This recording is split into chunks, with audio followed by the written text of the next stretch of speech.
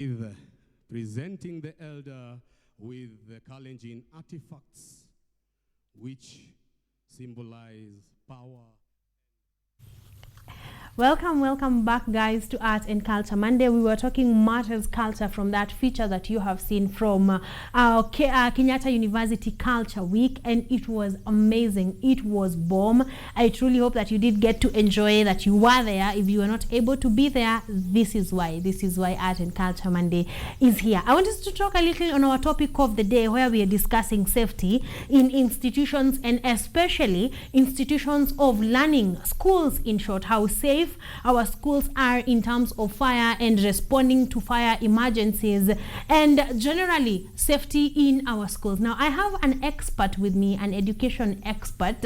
His name is Jasper Ondimu. He is here via Zoom, like you can see him, and he's going to help us, disseminate this topic kidogo for us to understand from an educational expert point of view on how we should do these things, because we are here to look for solutions. So we are just about to do that right now. Karibu sana, Jasper. You're welcome to Art and Culture Monday.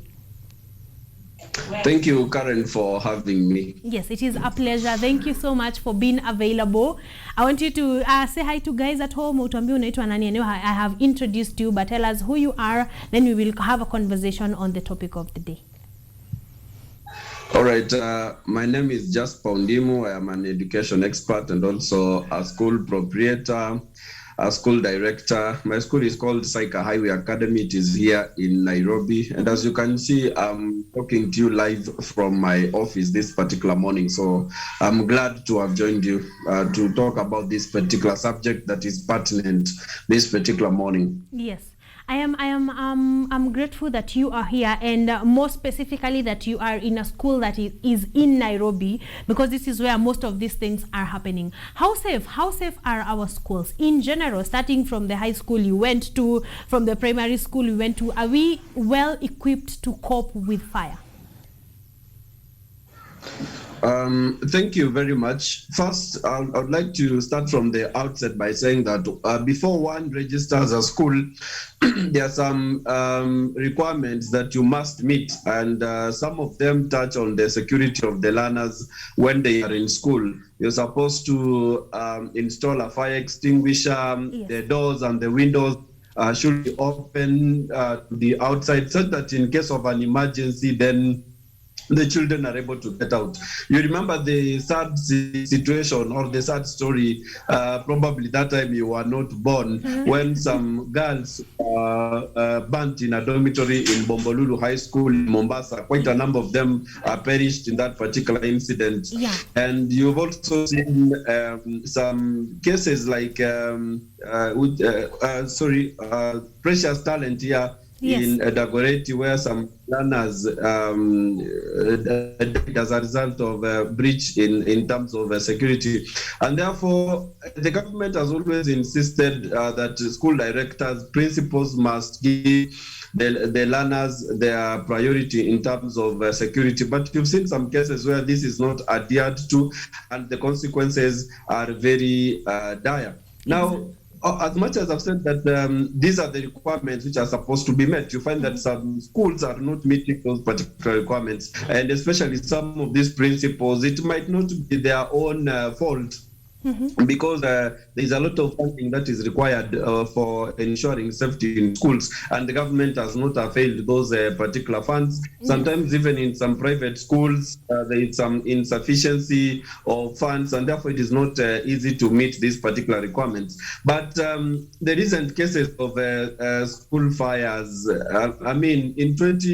that is around 2016, when he was the CS for Education, Fred Matiang'i formed a task force to look at the causes of fire and propose some of the solutions. Now, the question is, what were the findings of that particular task force, and have those particular findings, those particular proposals they made been implemented? And I would like to say that we might not really single out a particular reason why schools are being burnt, because it is a myriad of them, ranging from indiscipline in schools, ranging withdrawal of privileges. In the past, you've had even where students decided to ban a dormitory because they were told you can't watch a match between Man United and Chelsea, and therefore they respond by banning the dormitories. You have had some cases where it is issue of drug abuse, a ban tobacco that gets into the school, and therefore it influences the behavior of these particular children.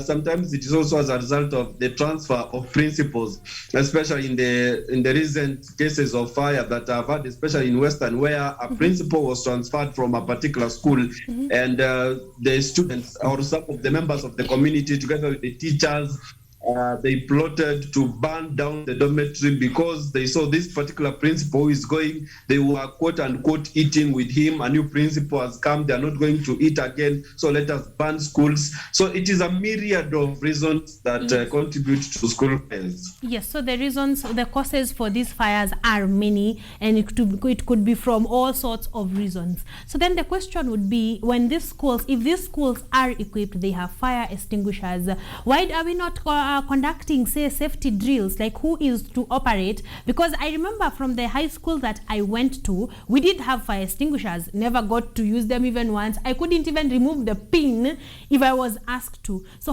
whose responsibility is it to teach these kids, or even their teachers and some members in the schools, on safety drills on how to use this equipment that has been provided in case of a fire?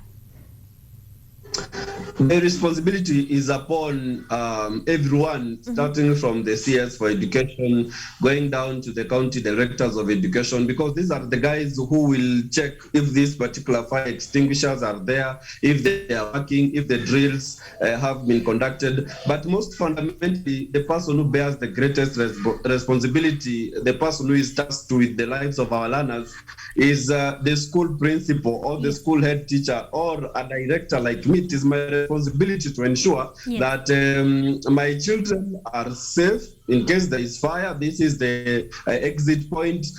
This is what you're supposed to do. So those particular drills are supposed to be done by people on the ground. But just like we are Africans, and in most cases, Africans, we do not really prepare well for disaster. Just like we were not ready for COVID. That is how we find ourselves in. And we say, I mean, we do not foresee a situation. And then when it happens, that is when we start sorting these things out. Yes. For example, the issue of school fires. This is not the first time we're having school fires. We've had them since time immemorial, when we are close to doing KCSE. Yeah. We never got a solution to these particular school fires. What does that tell you? It tells you that we've not settled on some of the fundamentals or some of how we have conceptualized the issue of security in schools. Therefore, it is really a very, very sad scenario, because sometimes we might really be very simplistic about it. Oh, let us put this, let us do this. But when we shall, a day that we shall have children burn in the dormitories, that is when we are going to wake up. And an example, I've already given you Bombolulu High School. Then there was also St. Kizito in Nyeri, where some of these issues cropped up. And therefore, as much as we are seeing the symptoms right now, we should go to the deep part of this particular discussion. As I've said, for example, in Taika, we have the sub-county director of education. It is their responsibility to go around the schools to ensure that schools adhere safety protocols. Yes. Amazing. I like that, because like the case of the video that we saw on Buruburu Girls, that we are going to show you on Buruburu Girls, student is jumping off from second floor. Like that could lead to serious fatalities and serious casualties. But I want us to move on to how do we drive the message to our students that banning dormitories, banning their schools increases the burden on them and on their parents. How do we make them understand that? Because all this rebuilding, repairing is going to be done from the parents' pocket. And also that it is risky for them, that is not the only way to communicate, that the one who suffers the most is actually the student and their parents. How do we drive that home?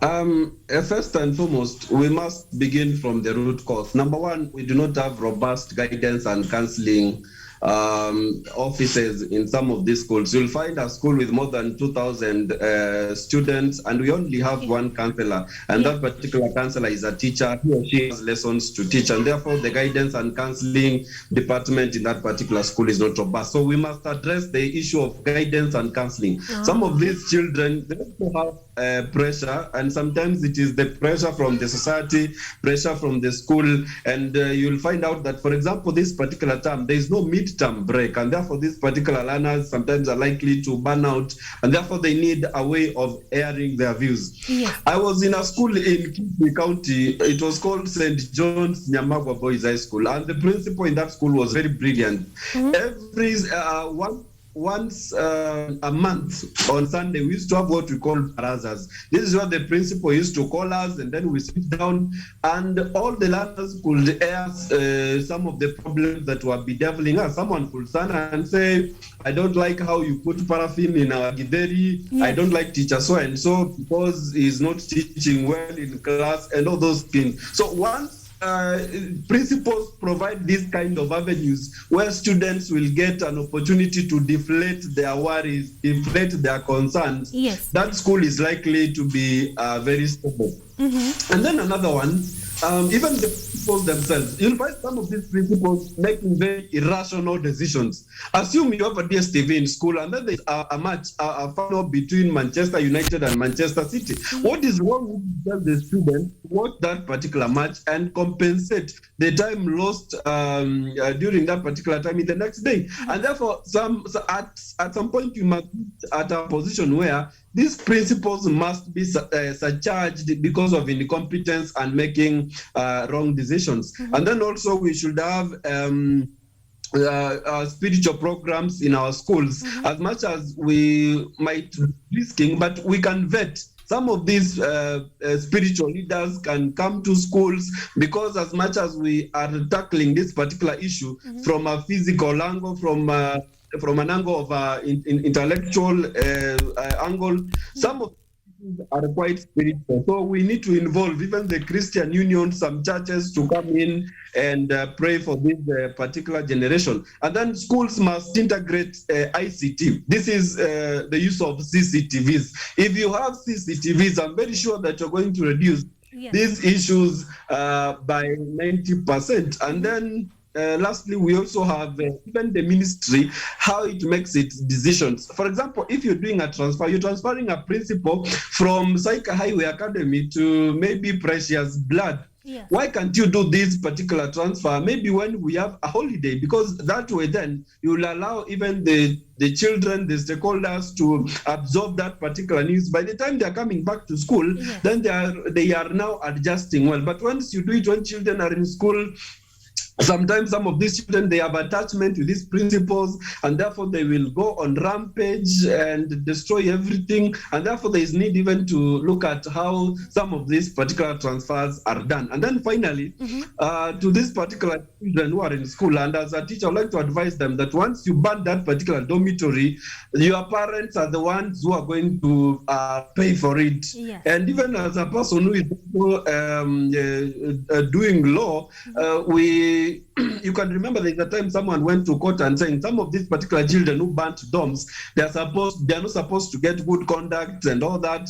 And we had the High Court under Justice Opunga saying that is very unfair. If someone burns a dorm, you do not have necessarily blacklist this person as a criminal element. So it is a very tough situation right now. I think the most appropriate thing for the ministry to do right now is to, although it is in the school calendar, to allow for a midterm break so that the kid can go out there and try to relax, so that we avert more school fires. But most fundamentally is, as stakeholders, we must sit down and look at some of these causes and how we are going to address it once and for all. Exactly. I really do hope that we are not going to wait for a time again for students to die, in fires and in dormitories, and we can actually sit down and look, like you have said, look for permanent solutions to such cases. But I think one thing has come out clear: we need to give vents to these students. Like any other, even buildings do have vents. So if you're a teacher in a school, you're a principal, find vents, find places where your kids can speak to you, your students can tell you what is wrong, give them midterm breaks, you know, every find them channels to actually channel out that challenge, and even to, you know, to air their solutions. So lastly, I'd like to ask, if is it a Kenyan culture, because we seem like we know how to voice our frustrations very much through violence and destruction of property. Could these kids be learning from us, lastly, as we finish? Absolutely. The kids are learning from us, because you've seen in the recent times, especially even where couples will decide to slit each other's throats because someone has cheated or has done a particular misdemeanor. So it is just a Kenyan culture. Look at even how the politicians address each other. There is no tolerance. Once our children, they just look at William Ruto, they look at Raila Odinga, they look at even the people like C.S. Matiang'i and how they are speaking. I mean, you just look at how our children are learning, and then you just say, we do not have role models in this particular society. That is why we need even people like you, Karen. I don't know if you have ever gone back to your high school to go and mentor even those young girls who are still there. They talk to them. I mean, tell them we were here and we did well. Some of this particular mentorship really helps, because these young people at their age are people who can be talked to. They can be won over easily. They don't have to ban these particular dormitories to just air their concern. So I can just conclude and say, this is a Kenyan culture. First, we do not prepare for disaster. Look at even the COVID situation. As much as I'm not a health expert, but I can just look at how we are not ready for COVID. And even right now, we do not have the vaccines. It is our Kenyan culture that we don't allow tolerance, because you look at some of these particular children, and especially the children of nowadays, I usually say that they are not fools. They know when something is reasonable. They know when something is not reasonable. Some of the policies that are made by the principals are so unreasonable that even the children resort to banning dormitories to air their frustrations. So why can't you involve these particular children in decision making? And as I already hinted out, that in my high school, where we were about 1,200 children, I mean, I never saw a dormitory ban, because we had monthly meetings with the school principal and the teachers, and we could air our concerns entirely. So as much as we could be saying that the school calendar is congested, there is no midterm, there is no what and what, but that is just a scapegoat. The main thing is all about leadership in our schools. And some of these principals, I dare say, you know, they're like gods in some of these schools. You'll find even in some schools where students are treated exceptionally well, more than the teachers, and the teachers resolve to revenge by galvanizing these particular children to ban the dormitories. So therefore, as a society, we really need to come together and think, because there has been several task forces which have been formed to go and investigate all schools. Why did they ban? They propose, they make recommendations. The recommendations are not implemented. The Kenyan culture. And therefore, as I was saying earlier, and that is where I want to leave it at, that we need to look for a permanent solution to this particular matter, because it has been with us for a very long period of time.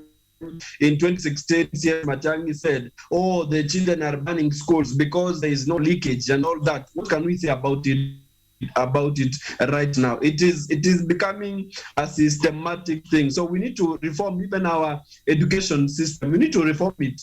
We need to think about our boarding schools. Are they necessary in the first place? There's a lot of pressure on the children because they do not interact with their parents. Some of them want to just relax. There's no that relaxation and all that. So it is just a myriad of reasons that we need to look and address.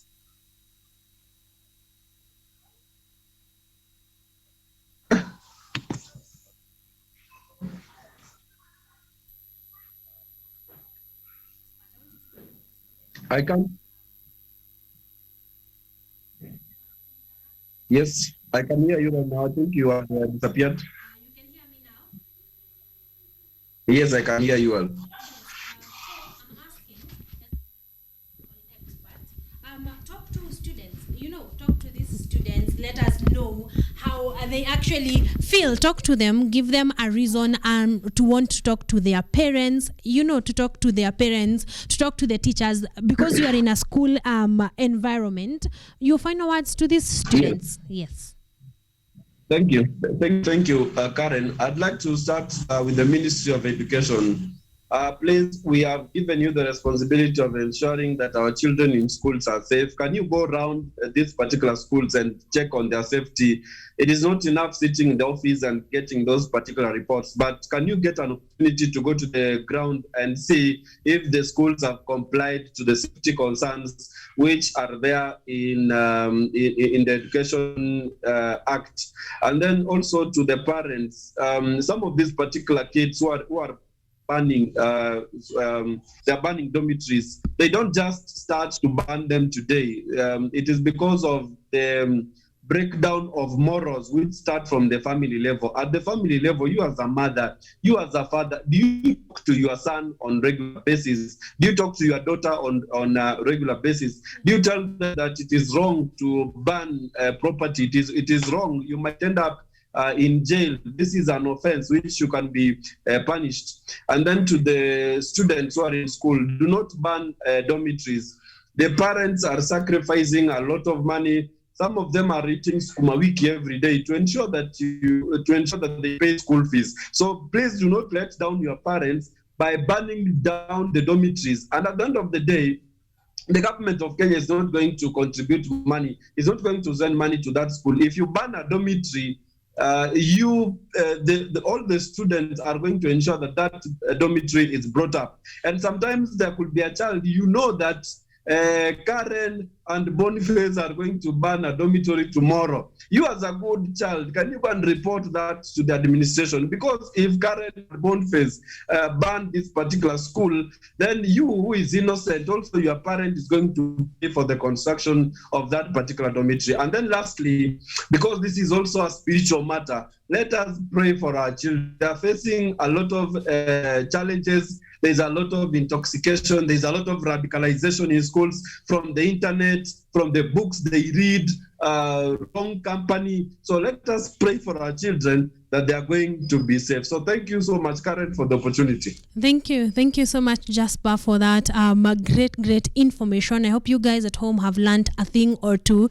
Thank you for joining us. We are definitely glad that you are here and you are one of the educational experts. Thank you so much for joining us today, guys. I hope that you have learned a thing or two. We are back. This is Art and Culture Monday. I hope that you are enjoying. Want to go for a very short break. When we come back, we have entertainment lined up for you all the way. We are about a few minutes to the end of the second hour. Then we dive into the third hour, and you are going to love this one. See you in a bit.